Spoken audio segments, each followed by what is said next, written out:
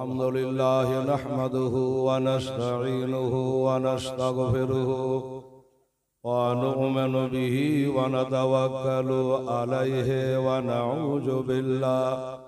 ونعوذ بالله من شرور أنفسنا ومن سيئات أعمالنا من يهده الله فلا مضل له ومن يضلله فلا هادي له ونشهد أن لا إله إلا الله وحده لا شريك له ونشهد أن سيدنا وشفيعنا وحبيبنا ومولانا محمدا عبده ورسوله أما بعد فأعوذ بالله من الشيطان الرجيم بسم الله الرحمن الرحيم لقد كان لكم في رسول الله أسوة حسنة وقد قال الله تعالى في كتابه العظيم بشأن حبيبه الكريم ما كان محمد أبا أحد من رجالكم ولكن رسول الله وخاتم النبيين وكان الله بكل شيء عليما إن الله وملائكته يصلون على النبي يا أيها الذين آمنوا صلوا عليه وسلموا تسليما اللهم صل على مولانا محمد وعلى آله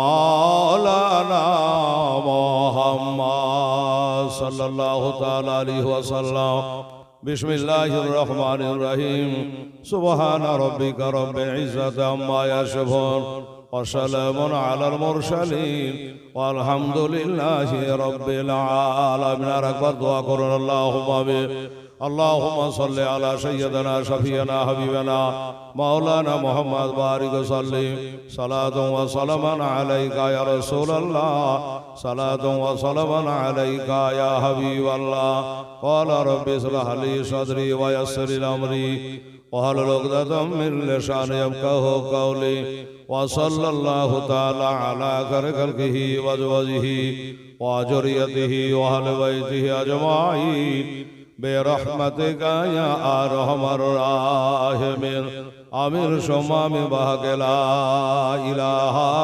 إلا الله محمد رسول الله اللهم صل على مولانا محمد وعلى آله مولانا محمد সাল্লাল্লাহু তাআলা আলাইহি ওয়াসাল্লাম। বেরাদারান ইসলাম, আমরা সকলেই অবগত যে স্টেজের 2 রাত্রি পরস্পর জালসার আয়োজন করা হয়েছে। আজকে তার প্রথম রাত্রি উদ্বোধনী শুভ রাত্রি, আগামীকাল তার বিদায় রাত্রি, শেষ রাত্রি দোয়ার রাত্রি।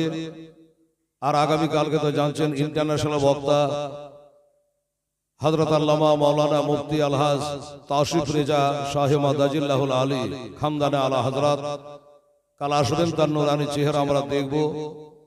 আর ইনশাআল্লাহ আমরা দোয়াতে সকলেই শামিল হব। তো আজকে একটা বক্তার হয়ে গেল, আমি 1 ঘন্টা বলে আজকে আপনাদের বিরক্ত করব না, কারণ কালকে আবার অনেক রাত আপনাদের জাগতে হবে। কাজে 1 ঘন্টা বসে থাকবেন আর কথাগুলো দিকে কর্ণপাত করবেন। যে কথা কাটা বলবো সেটা আমলের কথা, ইমানের কথা, হাদিস ও কোরআনের কথা। চোখ দিয়ে ঝরঝর করে পানি ঝরে যাবে যদি কর্ণপাত করে কথাগুলো আপনারা মনোযোগ সহকারে শুধু শুনেন। তাহলে খালি সুরের দিকে দেখলে হবে না বাবা, কথার দিকে দেখতে হবে। মুআজ্জাজ শামীম আল্লাহর কালাম কোরআনে পাক থেকে এক মাশহুর ও মারুফ আয়াতে মুকাদ্দাসা তেলাওয়াত করেছি, তার বাংলা তর্জমা করে কিছু কথা আলোচনা রাখবো ইনশাআল্লাহুল আজিজ। আমার ভাইয়েরা, আমার মা ও বোনেরা, আরে জিন্দগি বানাল, একটু জোরে বলো সুবহানাল্লাহ। আরে জিন্দগি বানাল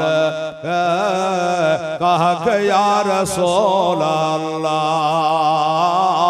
कहा के या रसूल अल्लाह, जिंदगी बना ले के हम जिंदगी बना ले, कहा के या रसूल अल्लाह, कहा के या रसूल अल्लाह, एक साथे बोलले भालो হয়, कहा के या रसूल अल्लाह, कहा के या रसूल अल्लाह, करबला के दर्द पार, करबला के दर्द पार ओ हुसैन कहते थे, करबला के दर्द पार ओ हुसैन कहते थे, सर को हम कटा देंगे, सर को हम कटा देंगे, सर को हम कटा देंगे, कहा के या रसूल अल्लाह, कहा के या रसूल अल्लाह, हम जिंदगी बना लेंगे, जिंदगी बना लेंगे, कहा के या रसूल अल्लाह, कहा के या हबीब अल्लाह, मन करो नगर जब हमसे, मन करो नगर जब हमसे सवाल पूछेंगे, मन करो नगर जब हमसे सवाल पूछेंगे, फौरन जवाब दे देंगे, कहा के या रसूल अल्लाह, कहा के या रसूल अल्लाह, जिंदगी बना लेंगे, जिंदगी बना लेंगे, कहा के या रसूल अल्लाह, कहा के या रसूल अल्लाह, अल्लाहुम्मा सल्ली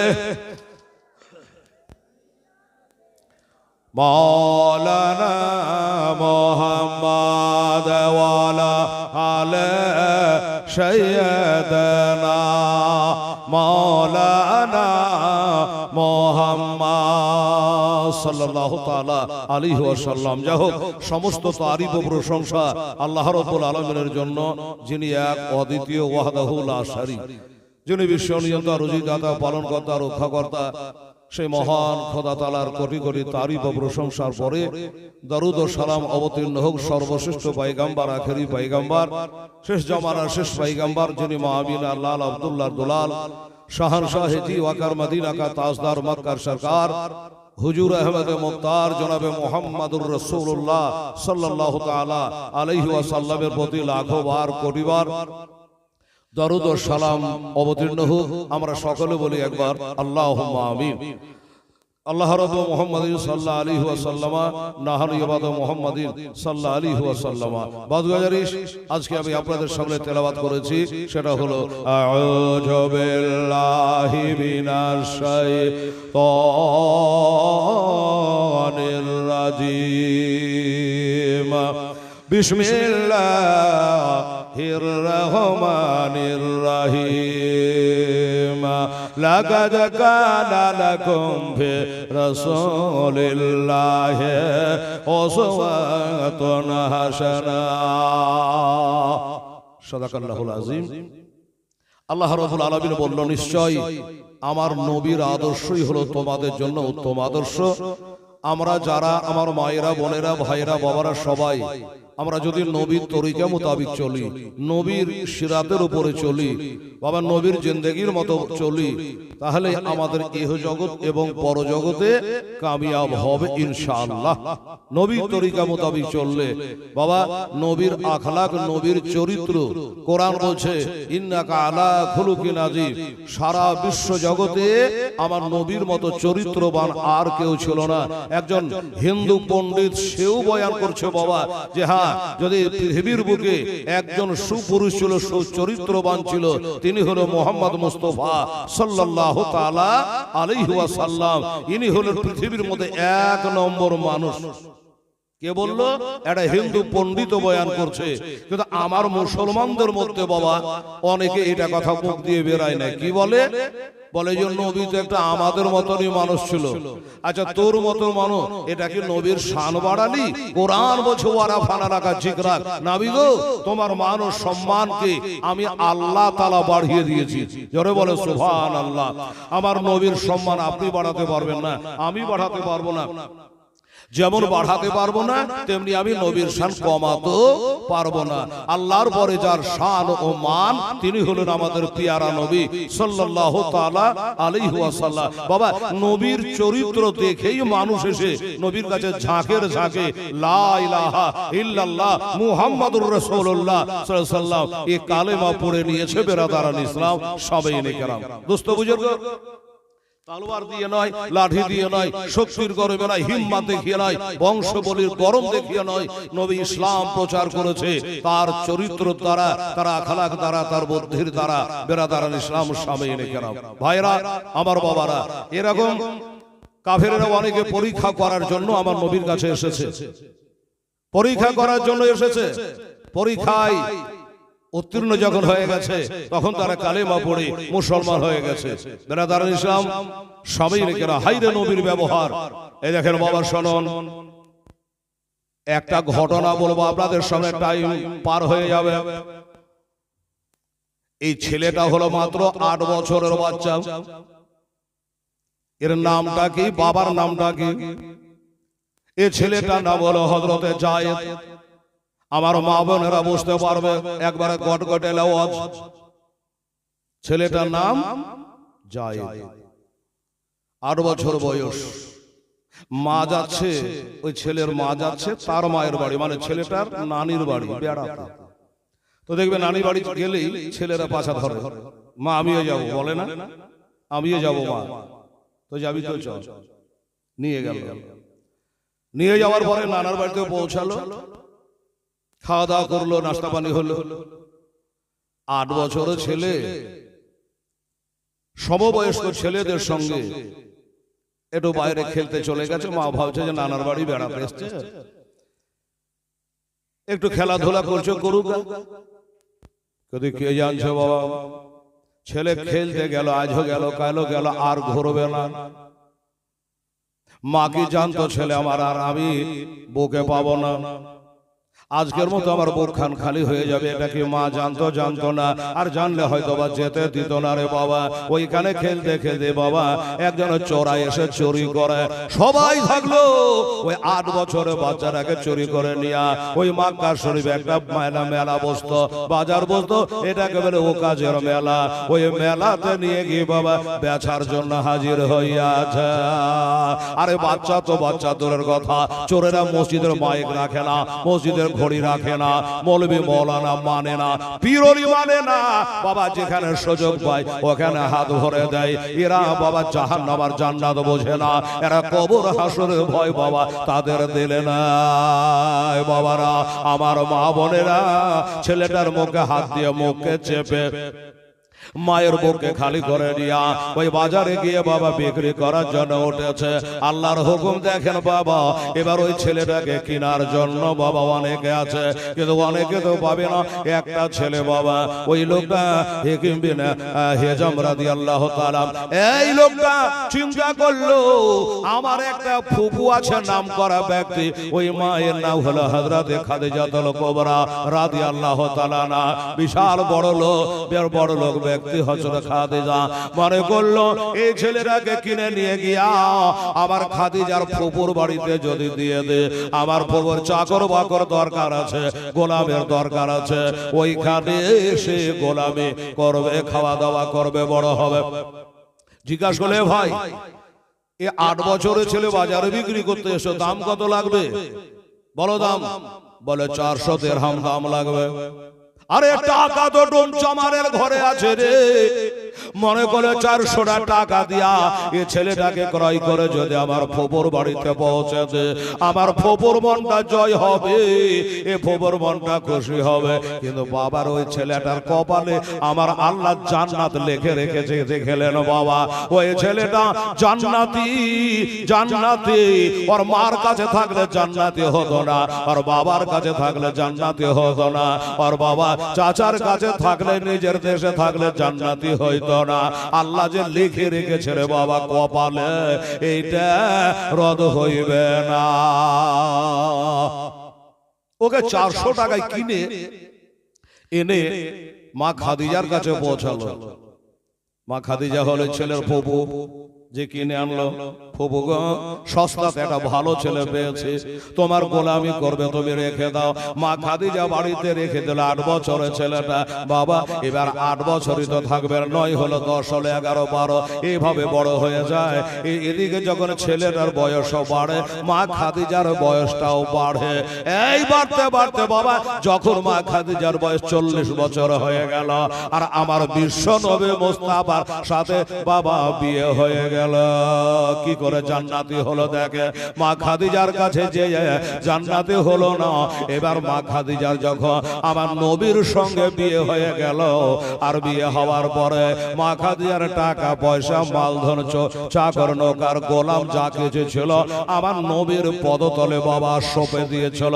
আপনার জীবনীতে শুনেছেন। এই ছেলেকে আমার নবীর গোলামি করতে দিয়ে দিল। এটা হলো আমার স্বামী দয়ার নবী মুস্তাফা।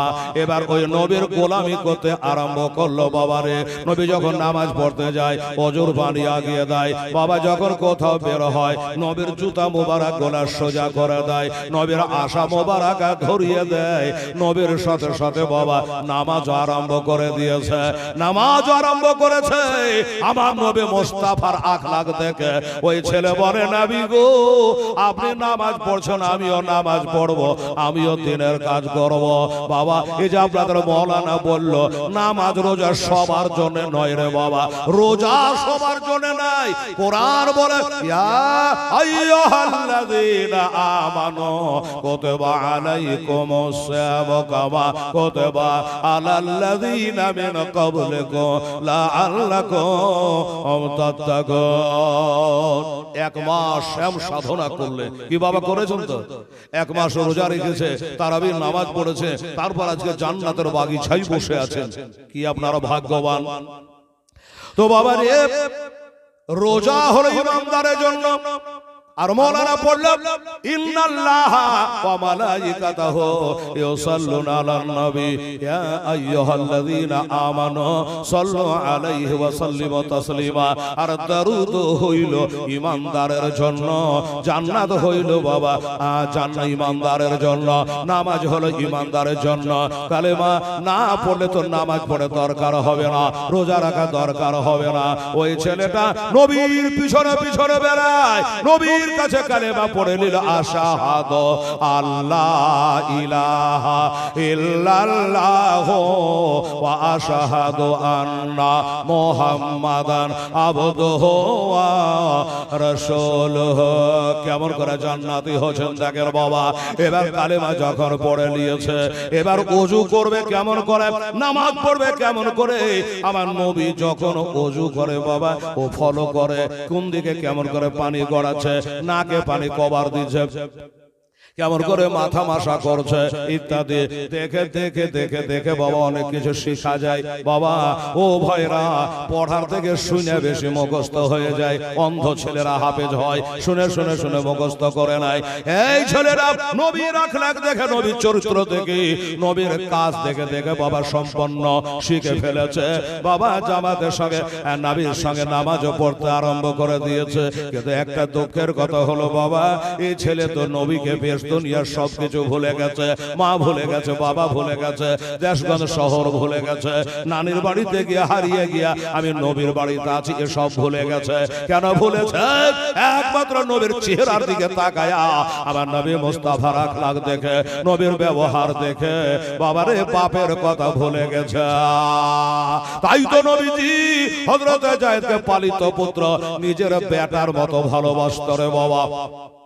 বাবা হারা ছেলে, হারিয়ে যাওয়া ছেলে, মা হারা ছেলে, বাবা হারা ছেলে, এমন ভালোবাসার নবী দেখায় জানো তার মায়ের কথা না মনে পড়ে, বাবার কথা জানো মনে না পড়ে, নামাজ কাজা করে দেয়, চোখ দিয়ে পানি ঝরিয়ে দেয়, সব সবাই নবীর দিকে ফলো করে বাবা থাকে এই করে থাকে।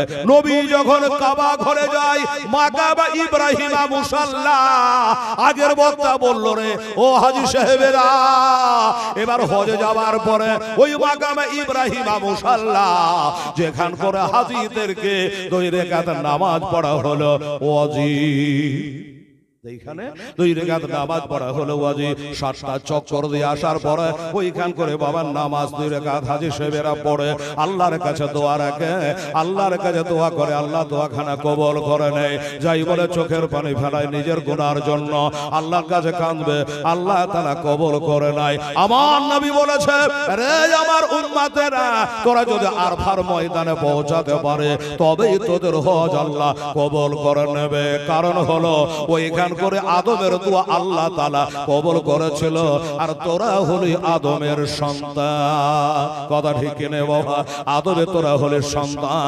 ওইখানে চোখের পানি ফেলায় তোর বাপ কেঁদেছে, তোরাও কাঁদ, আল্লাহ তোদের দোয়াখানা মঞ্জুর করে নেবে, কবুল করে নেবে। হ্যাঁ ভাইরা, ওই ছেলেটা নবীর সাথে সাথে ঘুরি।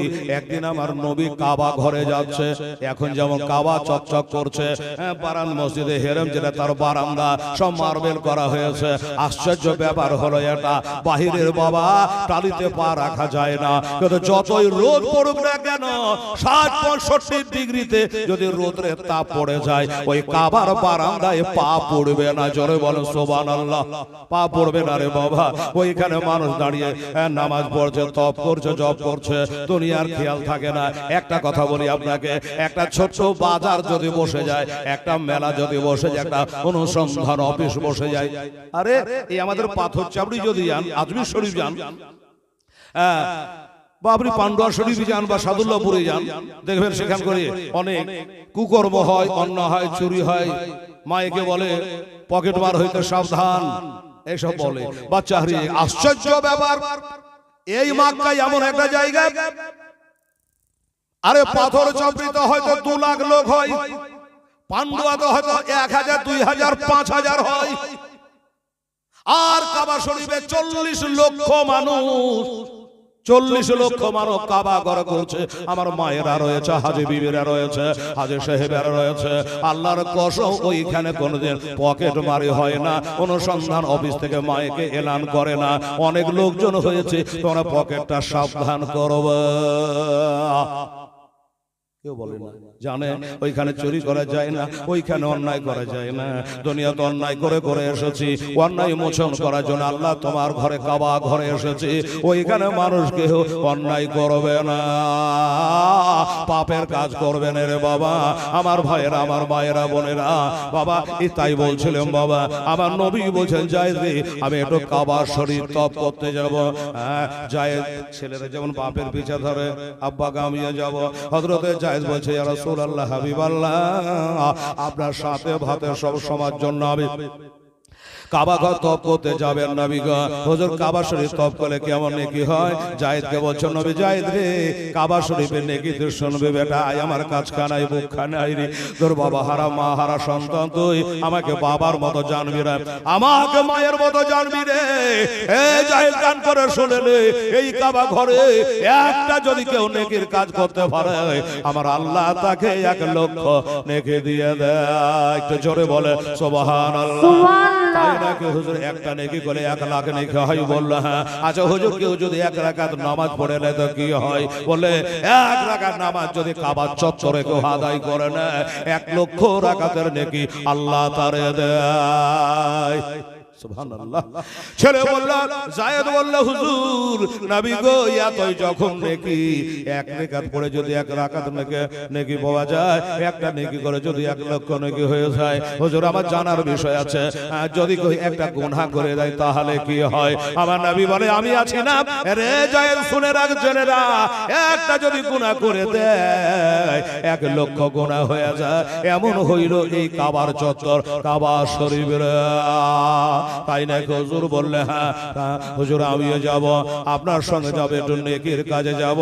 এই কারণে মাকে ভুলে আছে, বাপকে ভুলে আছে, চাচাকে ভুলে আছে, নিজের দেশ শহরগঞ্জকে ভুলে আছে। হুজুর গো, আপনার সঙ্গে গিয়ে একটু কাবা শরীফে কাঁদবো, একটু কাবা চত্বরে গিয়ে 2 রাকাত নামাজ আদায় করব।